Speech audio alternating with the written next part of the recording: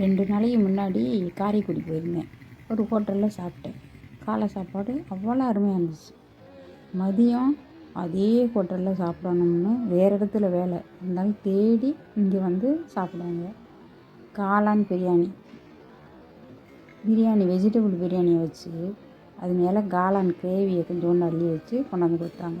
பார்க்கையிலே okay இது எப்படின்னு கொஞ்சமாக அள்ளி இலையில் வச்சுட்டு சாப்பிட்டா ஒருத்தே இல்லை.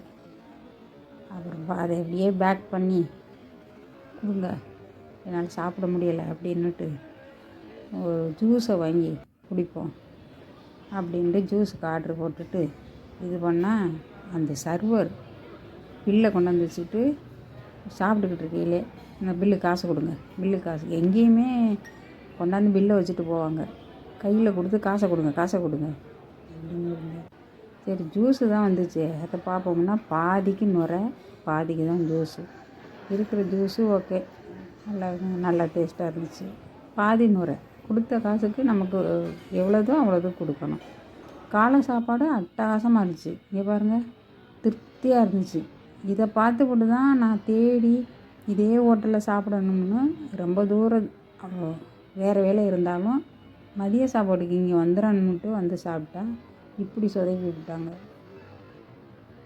அந்த பில்லு நம்ம அங்கே தான் கொண்டு கட்டுவோம்.